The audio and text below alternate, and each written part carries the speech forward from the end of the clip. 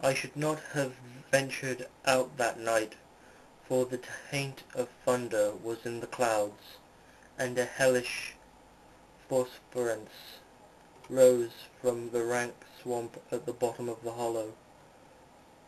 The call of the dead, too, was different. Instead of the hillside tomb, it was the charred cellar on the crest of the slope whose presiding demon beckoned to me with unseen fingers.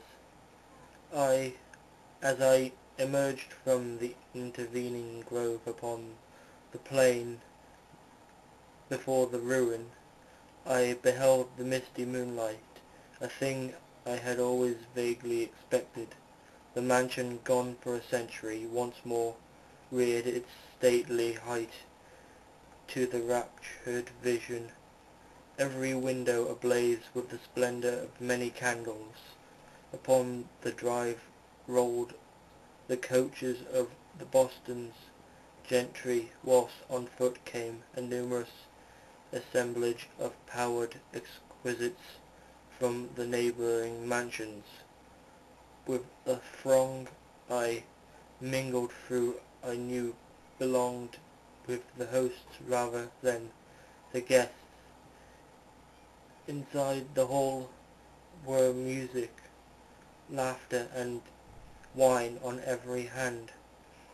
Several faces I recognized, though I should have known them better had they been shriveled or eaten away by death and decomposition. Amidst a wild and reckless throng, I was the wildest and most abandoned. Gay blasphemy poured in torrents from my lips, and in shocked sallies I heeded no law of God or nature. Suddenly a peal of thunder resonated even above the din of the Swinish revelry, clave the very roof, and laid a hush of fear upon the boisterous company. Red tongues of flame and searing gusts of heat engulfed the house, and the roysters struck, and with terror at the descent of calamity, which seemed to transcend the bounds of unguided nature. I fled shrieking into the night. I alone remained, riveted to my seat by the grovelling fear which I had never felt before, and then a second horror took possession of my soul. Burnt alive to ashes, my body dispersed by the four winds, I might never lie in the tomb of the hides. Was not my coffin prepared for me? Had I not a right to rest for eternity amongst the descendants of Sir Geoffrey Hyde? I would claim my heritage of death, even though my soul goes seeking through the ages for another corporeal tenement. I represent it to a vacant slab in the alcove of the vault. Jervis Hyde should never share the sad fate of Palinurus. As the phantom of the burning house faded, I found myself screaming and struggling madly in the arms of two men, one of whom was the spy who had followed me to the tomb. Rain was pouring down in torrents, and upon the southern horizon were flashes of lightning that had so lately passed over our heads. My father, his face lined with sorrow, stood by as I shouted my demands to be laid within the tomb, frequently admonishing my captors to treat me as gently as they could.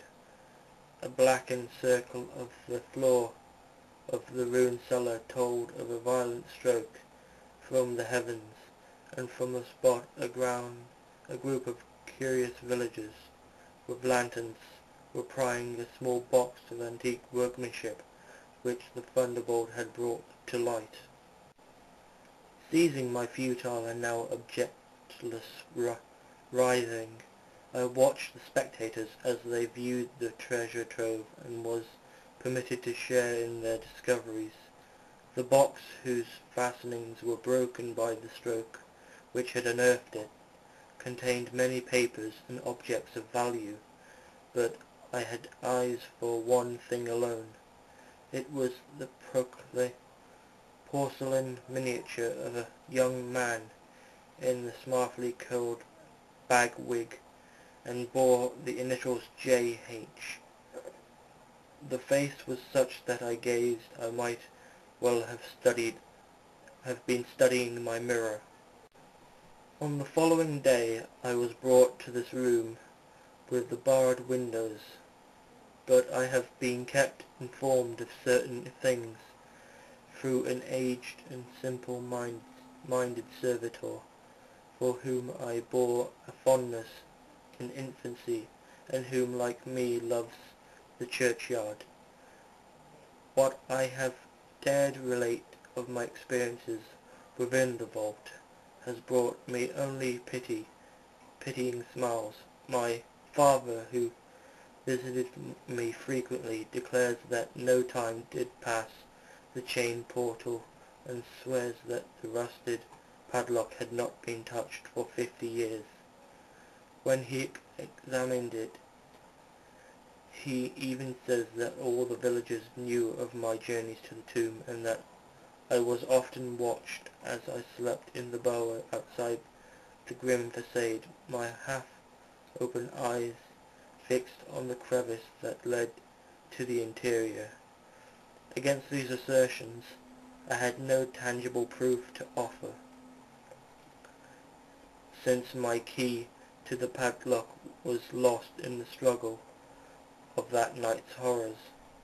The strange things of the past which I have learned during those nocturnal meetings with the dead he dismisses as the fruits of lifelong and omnivorous browsing amongst the ancient volumes of the family library.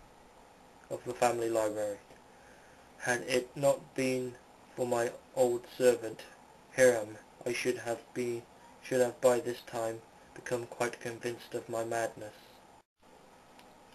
But Hiram, loyal to the last, has held faith in me, and has done that which impels me to make public at least part of my story.